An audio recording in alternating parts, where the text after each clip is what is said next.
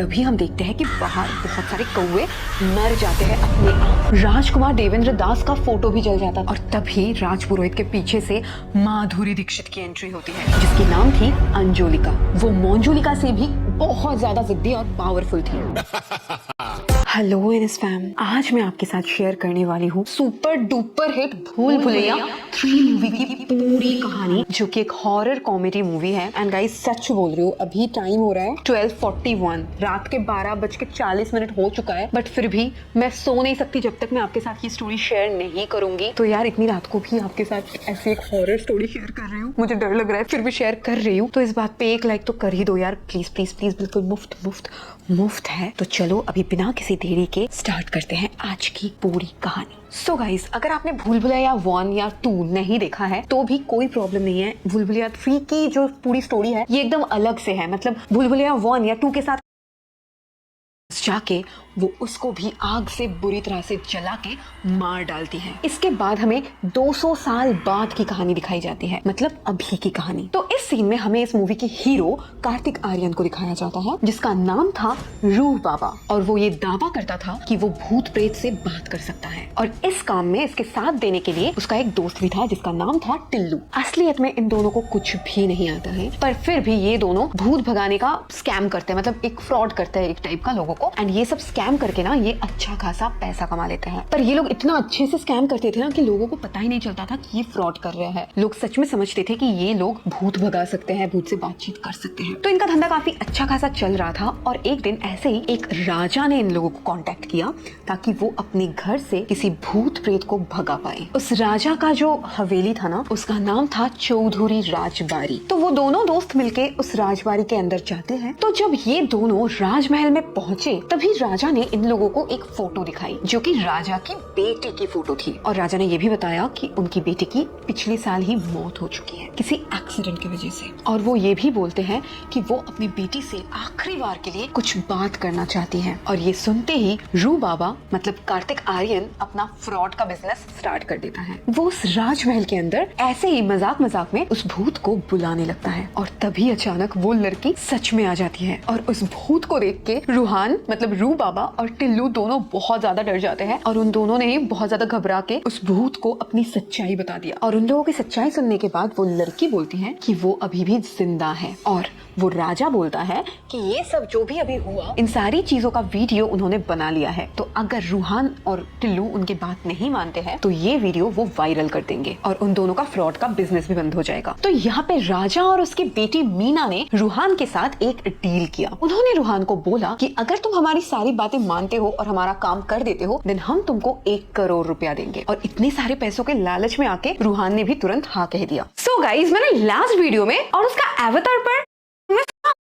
मानो लोग महल की जगह उस तबेले पे रहते हैं। तो वो लोग क्या करते, सब कोई तो तबेले के अंदर था, तो वो लोग भी तबेले में गए। और तबेले में जाने के बाद वहाँ के लोगों ने उन लोगों को खाना ऑफर किया। तो जब उन्होंने खाना दिया तब उन्होंने सिर्फ एक सूखी रोटी, नमक, प्याज और मिर्च दिया। इससे ही पता चल रहा था कि वो लोग काफी गरीबी में जी रहे थे। मतलब उन लोगों के पास ठीक से खाना खाने तक का पैसा नहीं था। वो लोग इतने ज्यादा गरीब हो गए थे कि वो लोग एक टूथपेस्ट को ना 1 साल तक चलाते थे। तो कुछ देर बाद रात हो जाती है और तब वहाँ पे राजपुरोहित आते हैं। तो रूहान भी राजपुरोहित के साथ मिलता है और राजपुरोहित उनको महल के अंदर लेके जाते हैं। और महल के अंदर जाके रूहान देखता है कि महल में उसी का फोटो लगा हुआ है। और राजपुरोहित उसको इस राज्य का इतिहास बताने लगता है। तो जिस फोटो में एकदम सेम टू सेम रूहान के जैसा ही फेस था वो इंसान का, उस इंसान का नाम था राजकुमार देवेंद्र दास। वो आज से ठीक 200 साल पहले उस राज्य का राजकुमार हुआ करता था। और रूहान और कोई नहीं, वही राजकुमार है जो पुनर्जन्म लेके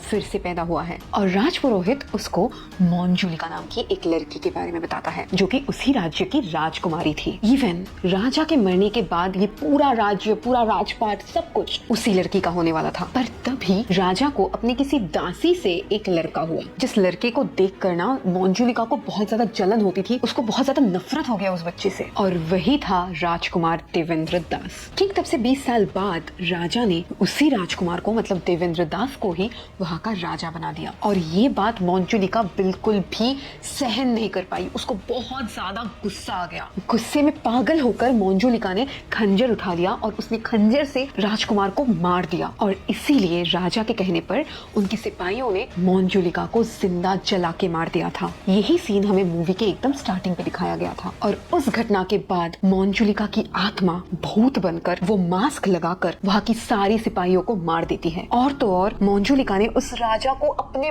बेड पे, मतलब जिस बेड पे राजा सोता था वहीं पे वैसे ही मार दिया जैसे मंजुलिका को मारा गया था, मतलब जिंदा जला दिया। इन सब चीजों से बचने के लिए राजपुरोहित ने एक महायज्ञ किया और उस यज्ञ से एक पवित्र तेल निकला। उस पवित्र तेल की मदद से उन्होंने मंजुलिका को वहीं पे बांध दिया। मंजुलिका को एक कमरे में बंद करके उस कमरे के दरवाजे को बहुत सारे मंत्र पढ़ के लॉक कर दिया गया ताकि वो कभी भी वहां से बाहर ना निकल पाए। और राजपुरोहित ने रूहान को वही कमरा दिखाया और उसको बोला कि तुम्हें दुर्गाष्टमी के दिन इसी कमरे को खोलना है, क्योंकि एक और महायज्ञ करके हमें मंजुलिका को खत्म करना है। ये सब सुनकर रूहान राजपुरोहित से पूछता है कि आपको ये सब कैसे पता है। तब राजपुरोहित ने बताया कि मेरे पूर्वजों ने एक भविष्यवाणी की थी कि राज परिवार से कोई फिर से पुनर्जन्म लेगा और इस मंजुलिका को खत्म कर देगा। तो ये सब सुनने के बाद रूहान हर किसी को बोलता है कि तबेले से आप लोग महल के अंदर ही रहो। तो रूहान का बात मान के हर कोई महल के अंदर चला जाता है। महल में शिफ्ट होने के बाद से राजा को फिर से कर्जा मिलना स्टार्ट हो जाता है और थोड़े पैसे मिलने के बाद सबसे पहले राजा ने उस महल की बिजली का बिल भरी और उसी पैसे से उन लोगों को थोड़ा बहुत खाने पीने का भी इंतजाम हो जाता है। तो हर कोई बहुत ज्यादा खुश हो गया था और उस महल में एक पूजा का इंतजाम किया गया। पूजा के दिन हर कोई वहाँ पे खुशी से डांस कर रहा था। वो लोग डांस कर ही रहे थे, तभी अचानक उस कमरे का दरवाजा अपने आप खुल गया और उस कमरे से एक औरत बाहर निकलती है जिसका शैडो देखने में बहुत ज्यादा डरावना था। थोड़ी देर बाद ही हमें उसका चेहरा दिखाया जाता है और हम देख पाते हैं कि वो विद्या बालन है। सुबह होते ही विद्या बालन थोड़ा सा डिफरेंट लुक में ना इन लोगों के साथ मिलने आती है और वो अपना नाम बताती है मल्लिका। और उसको ना मीना ने ही बुलाया था ताकि वो पहले जैसा महल को बना दे, मतलब महल का थोड़ा देखभाल करे। और उसी दिन रात को रूहान को बहुत ही अजीबोगरीब सपने आते हैं और उस सपने में कई बार मंजुलिका उसको बहुत ही बुरी तरह से जान से मार डालती है। और ऐसे ही ना हर रोज उसे ऐसे डरावने सपने आते रहते थे और इस बात से वो बहुत ज्यादा परेशान हो गया था। सिर्फ यही नहीं, कभी कभी तो रेडियो के अंदर से मंजुलिका की आवाज आती थी और कभी कभी राजकुमार देवेंद्र दास का फोटो भी जल जाता था। और एक दिन तो हद ही हो गया, रूहान और मीना महल के अंदर थे और अचानक उन लोगों को किसी चीज की टूटने की, मतलब बहुत जोर से टूटने की आवाज आती है। और वो आवाज सुनते सुनते, मतलब कहाँ से आवाज आ रहा है ये देखने के लिए आवाज को फॉलो करते करते चलने लगे। और चलते चलते वो लोग उसी रूम के सामने पहुंच गए जहाँ पे मंजुलिका को कैद करके रखा गया था। और वो लोग देख पाते हैं कि उस रूम का जो ताला है वो टूट के गिर चुका है और अंदर सामने मंजुलिका खड़ी है। मंजुलिका को देखते ही वो लोग बहुत जोर जोर से भागने लगते हैं, पर फिर भी मंजुलिका उन लोगों को पकड़ लेती है और तभी वहाँ पे मल्लिका आ जाती है, मतलब विद्या बालन। और मल्लिका आते ही मंजुलिका को जोर से चाटा मारती है और तभी हमें पता चलता है कि वो कोई भूत या रियल मंजुलिका नहीं थी, वो तो एक पुजारी थी जो कि पंडित की वाइफ थी। वहाँ पे पंडित की वाइफ और एक छोटा पंडित भी रहते थे। उन लोगों ने सबको पूरी सच्चाई बताई। उन लोगों ने बताया कि इस महल में कोई भी भूत वगैरह नहीं है। उन तीनों ने यही बताया कि जब वो वहाँ पे आए थे तब उस रूम का दरवाजा ऑलरेडी खुला हुआ था, पर उस रूम में कोई भी नहीं आता था क्योंकि हर किसी को लगता था कि वहाँ पे मंजुलिका कैद है। तो उन लोगों ने इसी चीज का फायदा उठाया क्योंकि उनके पास रहने की कोई जगह नहीं थी। उन लोगों ने वापस से उस रूम का दरवाजा अच्छे से लॉक कर दिया और वही लोग भूत बनकर सबको डरा के उस महल से भगा दिया था। पंडित ये सब कुछ बता ही रहा था, पर तभी ये लोग देखते हैं कि मल्लिका अचानक बहुत ही अजीब तरीके से बिहेव कर रही है। वो कुछ अजीब सी चीजें बोलने लगती है जिसका कोई मतलब नहीं था, पर फिर से अचानक वो नॉर्मल भी हो जाती है। और अगले दिन रूहान ने भी सोच लिया कि वो भी कुछ ना कुछ फ्रॉड करेगा क्योंकि पंडित और वो तीनों तो अभी तक कर ही रहे थे। तो उन्होंने सबको बुलाया और बुला के ये बताया कि हमें दुर्गाष्टमी तक रुकने की कोई जरूरत नहीं है। मैं इस भूत को अपने मंत्रों से आज ही भगा दूंगा और मैं भूत को भगाने के बाद इस गेट को भी ओपन कर दूंगा एंड इसके बाद से आप लोगों को डरने की कोई जरूरत नहीं है। और जैसा उसने बोला उसने ठीक वैसा ही किया। गाँव वाले भी उसके बाद मान गए थे क्योंकि उन्होंने सोचा कि वो सही बात बोल रहा है। तो उसने कुछ फेक मंत्र पढ़े, एक फेक यज्ञ किया और उसके बाद उसने जाके उस रूम का दरवाजा खोल दिया। तो वहां से कोई भूत नहीं निकलता है। तो गांव वालों को भी बिल्कुल तसल्ली मिल जाता है कि हम लोग अभी बिल्कुल सेफ है, अभी हमारे गांव में कोई भूत प्रेत नहीं है। और रूहान भी काफी हैप्पी हो जाता है। नेक्स्ट सीन में हमें दिखाया जाता है कि मल्लिका एक दीवार के सामने कुछ काम कर रही थी, पर उस दीवार में अपने आप क्रैक पड़ने लगता है और वो दीवार अपने आप टूट जाता है और उसके आवाज से हर कोई वहां पे आ जाता है, इकट्ठा हो जाता है। वो लोग देख पाते हैं कि वहां से एक रास्ता जाता है, मतलब हो सकता है कि वो महल से बाहर निकलने का ही कोई रास्ता है। तो वो रास्ता को फॉलो करते हुए वो लोग आगे बढ़ने लगते हैं। पर आगे बढ़ते बढ़ते उन्होंने देखा कि वहां पे एक खुफिया दरवाजा है और उस खुफिया दरवाजे पे भी ना वही सब मतलब पूजा की चीजें बंधे हुए हैं, कुछ पूजा के धागा बंधा हुआ है, जो सब ऊपर मंजुलिका के रूम पे भी बंधा हुआ था। पर किसी को भी समझ में नहीं आ रहा था कि दूसरा एकदम सेम टू सेम दरवाजा यहाँ पे किस लिए है। राजपुरोहित सबको बोलते हैं कि गलती से भी इस दरवाजे को कोई भी मत हाथ लगाना। मैं जल्दी से ग्रंथालय में मतलब लाइब्रेरी में जाता हूँ और इस दरवाजे के बारे में पता करता हूँ कि ये दरवाजा आखिर में है क्या। पहले हमें पता लगाना है कि इस दरवाजे का राज क्या है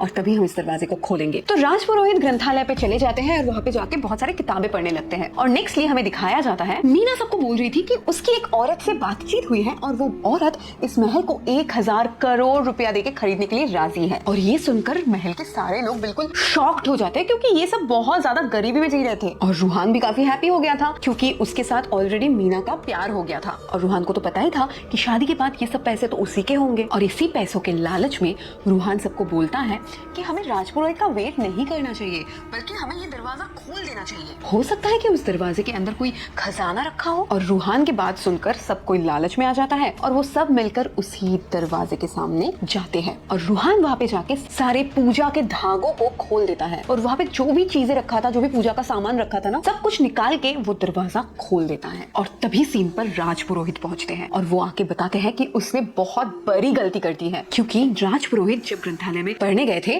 तब उनको वहाँ पे एक गुप्त ग्रंथ मिला। उन्होंने बताया कि उस ग्रंथ में लिखा हुआ है कि मंजुलिका की एक बहन भी थी जिसकी नाम थी अंजुलिका। वो मंजुलिका से भी बहुत ज्यादा जिद्दी और पावरफुल थी। और तभी राजपुरोहित के पीछे से माधुरी दीक्षित की एंट्री होती है। राजपुरोहित तो उनकी हिस्ट्री बता ही रहे थे। वो बोल रहे थे कि राजकुमारी अंजुलिका और मंजुलिका दोनों मिलकर राजकुमार देवेंद्र दास को मारे थे। पर राजपुरोहित ने यह भी बताया कि हमें एक्चुअल में अंजुलिका के बारे में ज्यादा कुछ भी नहीं पता है और ये भी नहीं पता है कि उनका नाम पूरे हिस्ट्री से क्यों मिटा दिया गया है। तो थोड़ी देर बाद वहाँ पे माधुरी दीक्षित आ जाती है और वो आके बताती है कि वो एक दूसरे राज्य की राजकुमारी है और हमें पता चलता है कि उनका नाम है मंदिरा और उन्हीं को मीना ने बुलाया है इस महल को खरीदने के लिए। पर वो बोलती है कि इस महल को मैं आज नहीं खरीदूंगी, मैं इस महल को दुर्गाष्टमी के दिन खरीदूंगी और उसी दिन मैं तुम लोगों को इस महल का पूरा पैसा भी दे दूंगी। और थोड़ी देर बाद मंदिरा मल्लिका से मिलती है, मतलब विद्यावालन से। और तभी हम देखते हैं कि बाहर बहुत सारे कौवे